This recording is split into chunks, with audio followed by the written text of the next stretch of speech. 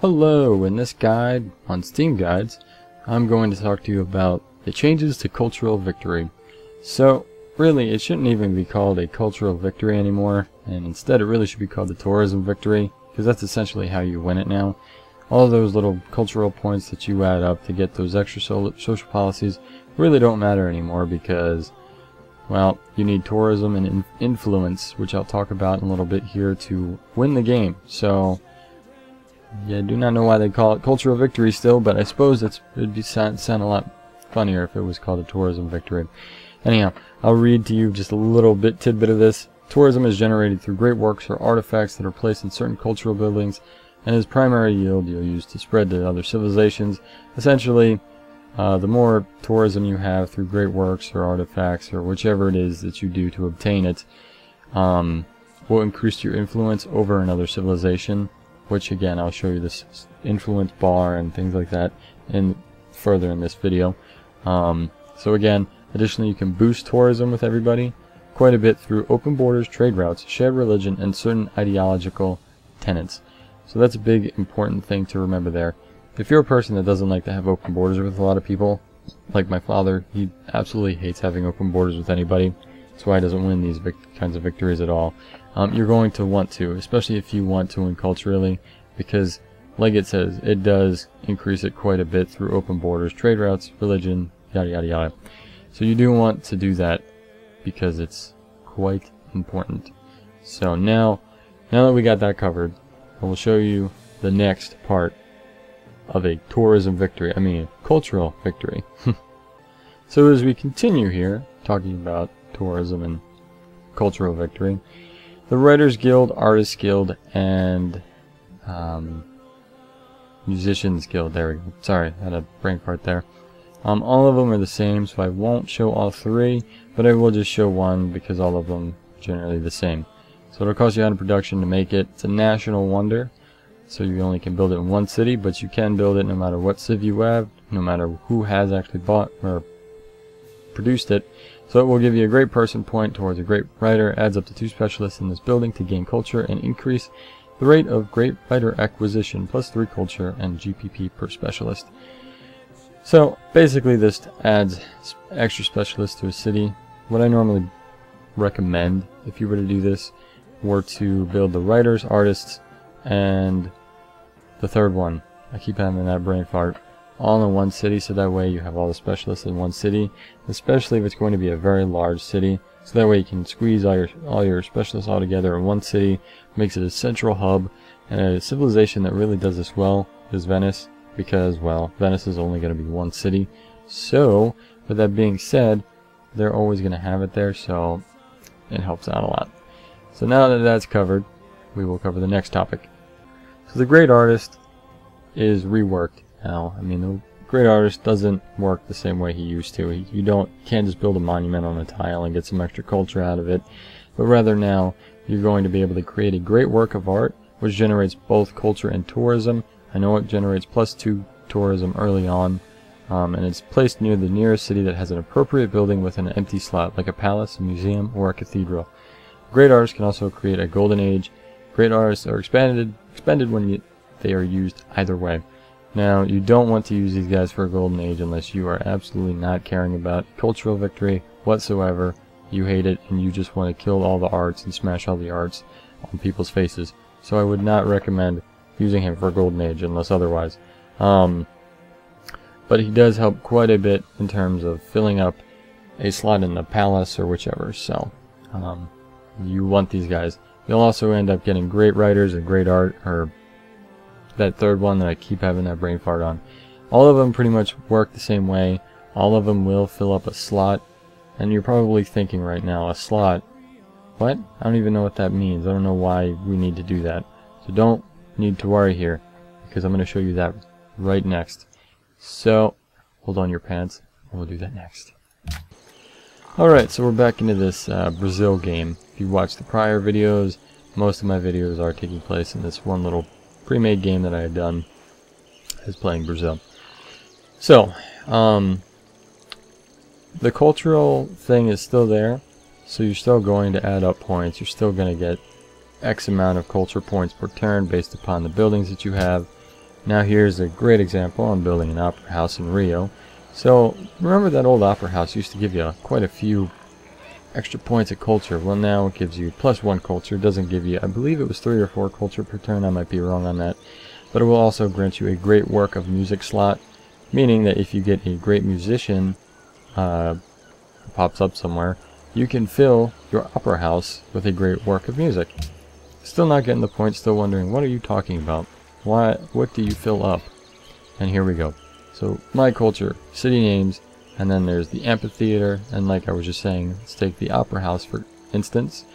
It shows basically which cities have an opera house already built in it, whereas in like the museum here, there's empty slots. It's because I'm not that far in the game. I haven't built any museums, so obviously there's going to be empty slots because there are no museums in my empire. Whereas my opera house, I do have 2 slots because I have 2 built. And then my amphitheaters, I actually have 2 filled. The ones that are grayed out clearly mean that you do not have anything, and the ones that are filled have something in them. So let's take this for instance, Leaves of Grass, Walt Whitman, Great Whiter, and then it tells you when it was built, and it tells you how much culture and tourism you're getting from those 2. And then over here, the Child's Bath. I thought I was getting more from that, but I guess I'm not. And then you can now swap great works. What does that mean? Now let's see. For instance, I believe it was art. So let's see the Child's Bath. I want to trade this. In a multiplayer game, if you have, let's say for instance, I fill up all of these. I don't have an artifact yet. If I fill up these 2 and end my turn, then the next turn, in a multiplayer game, somebody would notice this, and you could actually trade with them. But in an AI-based kind of game, single-player game, obviously the AI will notice it, and sometimes will talk to you to try to trade with you. But in most cases, you'll end up trying to trade with them. But just putting that in there shows the world that you're willing to trade with. So let's say, for instance, okay, I want to swap out that for his. So I don't know. Let's see, swap. And then now I have his. So how awesome is that? And then another thing too, he'll have what I had. Obviously I can't show you that because I'm not France, but he'll have what I have, trust me. And then, what is an artifact? Later on in the game you'll have Archeologist, which I'll show you in a little bit here as well. And then Archeologist will be able to fill artifacts for you. I won't get too much into that because again, I'll talk to you about that in a little bit. And then this will show you the cultural victory. It just tells you all the civilizations, all the influence, which I don't have any influence over any of them yet. And that also tells you the tourism produced by the civilizations, meaning, you know, as always, who's producing the most. So Persia right now is the most influential out of tourism. And then, let's see, influence by player. This is a good chart. I love this one. This is what I use the most when I try to analyze cultural victory. This tells you the trend, rising slowly, and I'm not rising rapidly at all against any of them. It'll also show you if you're decreasing or not increasing whatsoever, period. And then this will obviously tell you the civilization, and then if you hover over it, it tells you Brazil is 4.3 influential over Egypt. Once you get to 100%, you are considered completely influential over that civilization. Congratulations. You're 1 out of however many players you need to be influential over. And then again, this will give you modifiers over a certain civilization as well. It tells you how much you got. And so that is the entire cultural overview that is completely new with Brave New World. And then the 2 social policies that have changed, well, 4 exclusively cultural victories. Tradition has stayed the same. There's nothing really new about it, so I won't go over it, but aesthetics have. If you've seen some of my other guides, like just basic guides and others, you'll know which ones I'm talking about. You've probably already seen this, but nonetheless, if you haven't, adopting aesthetics now allows you to get great writers, artists, and musicians 25% faster. You get the Uffizi. Sorry, I don't know how to pronounce that. Did a terrible job. You'll get cultural centers, which allows you to build cultural producing things 50% faster. You'll get policies faster as well. Basically, it just helps out with cultural production, so that way you'll get more of these social policies, because again, most people don't understand, the more social policies you do have, the better. A lot of people think, oh, well, I don't need those anymore, I just need tourism. But quite honestly, the more social policies you have, the more influential you can be over somebody, the more benefits you get. So yes, you do want them. So as always, you want to stay somewhat small, and this is again related to cultural new things with a cultural victory. You can expand further now. You don't have to stay so small. You can grow a little bit bigger, but I do not recommend being half the world. I mean, sure, you can win that way in some regards, but being like half the map is not a good idea, because the amount of turns it takes to get the next cultural or social policy will be very long. So I do not really recommend that. But they have made it so this way, if you're playing a cultural victory, you can expand. It's not really a slap on the hand anymore if you start expanding. So that is something that is very good. So now I will show you an Archeologist, but unfortunately I'm going to have to zoom on to a different game because this one I do not have Archeologist yet. So hold on. Alright, so now I just made a quick pre-made game here just to show you an example of the Archeologist. So if you're wondering as to why I've got all this stuff, I've got just one city and like nobody's around me at all, and there's all these antiquity sites all around me. Oh, wonder no more. Alright, whatever. I'm just trying to show you guys this, and got Mafio Polo over here asking questions. Okay, so this turn I should be able to show you what. There we go. So this is what the antiquity site will look like when you discover archaeology in the technology tree, which is actually right on there. So it'll be in the industrial era. You'll be able to build an archaeologist out of it, and then you can come over to these antiquity sites that will be placed all around the world.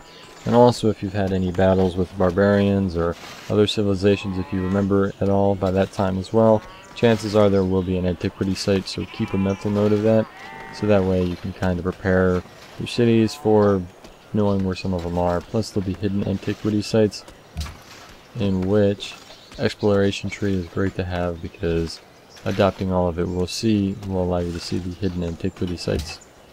So and then you can just click this button, construct archaeology dig, and it'll take them 5 turns. And I'll just fast forward the 5 turns for you guys, so that way you don't have to sit here wondering, man, when's it gonna happen?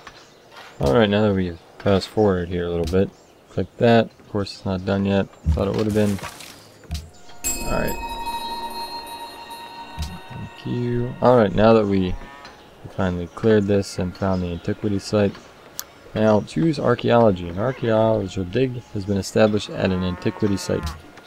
And then now, let's see what we got here. We can create a Venetian artifact, which means artifact to be placed in nearest great work of art slot. Artifact provides +2 culture and +2 tourism, or just a landmark. So it's kind of like use what the great artists used to be able to have and make the landmark on that specific tile, or put a artifact into something into one of your cities, which we'll do right there, and then do that. And then what do you know? Hooray, we have +2 more culture and tourism. So it does help collect as many as you can, as fast as you can, because the AI chews them up quite quickly as well. And obviously if you're playing multiplayer, same thing happens there. It is something I would recommend if you were to play a cultural based kind of game, to put it into exploration, so that way you can see those hidden antiquity sites. But it's more of a situational thing on that part, where I wouldn't put too much emphasis on it. Only if you think that you're going to get all of them would I recommend it. It does help for more culture and tourism to end up winning a cultural victory. So, with that being said, let's move on to the next topic. Alright, the last topic I'll talk about is just wonder producing buildings. I know there's also just regular kind of buildings that you can build that will give you extra slots and whatnot. Now, the Uffizi, sorry I'm pronouncing that terrible again. Getting this building is very, very important. If not just filling out the entire aesthetics tree, because again with this you will be able to establish yourself pretty well in a cultural type victory alongside some of the other wonders, but this one's probably the biggest one. I just wanted to add this kind of, try to pick this wonder if you can, bit into the cultural victory changes as well. I mean, it does only give you 2 culture, it doesn't give you any tourism, but the great works is what really matters. I mean, you get 3 great works, and you'll be able to build this wonder very quickly, very early on, once you get into the classical era, for instance. I know there's other buildings out there that you can build as well that gives you tons of great works, but this is the earliest, so this way you can start on very early. There's another one, I believe it's Pantheon. I'll even show you that one. It's not quite as strong as this one. I believe it, yes, it was. So this will actually give you a pre-built great work of art in the great work slot. So this will, you know, right off the bat, right off the get-go, you'll be able to get this and have something going instantly, plus 4 culture as well. So I mean, your best bet really would be getting this and then the Uffizi, but again, the chances of that happening aren't always the greatest. But if you can do both, I mean, go for it. And you kind of already told yourself, hey, I won a cultural victory and I haven't even finished the game yet. So that's my recommendations on wonders, and I hope you guys enjoyed this somewhat lengthy video of how the changes have occurred with the cultural victory, or as I call it, the tourism victory. Please rate, subscribe, and comment. Check out some more on my Steam guides. Check out the other videos. And I thank you guys for taking the time to watch.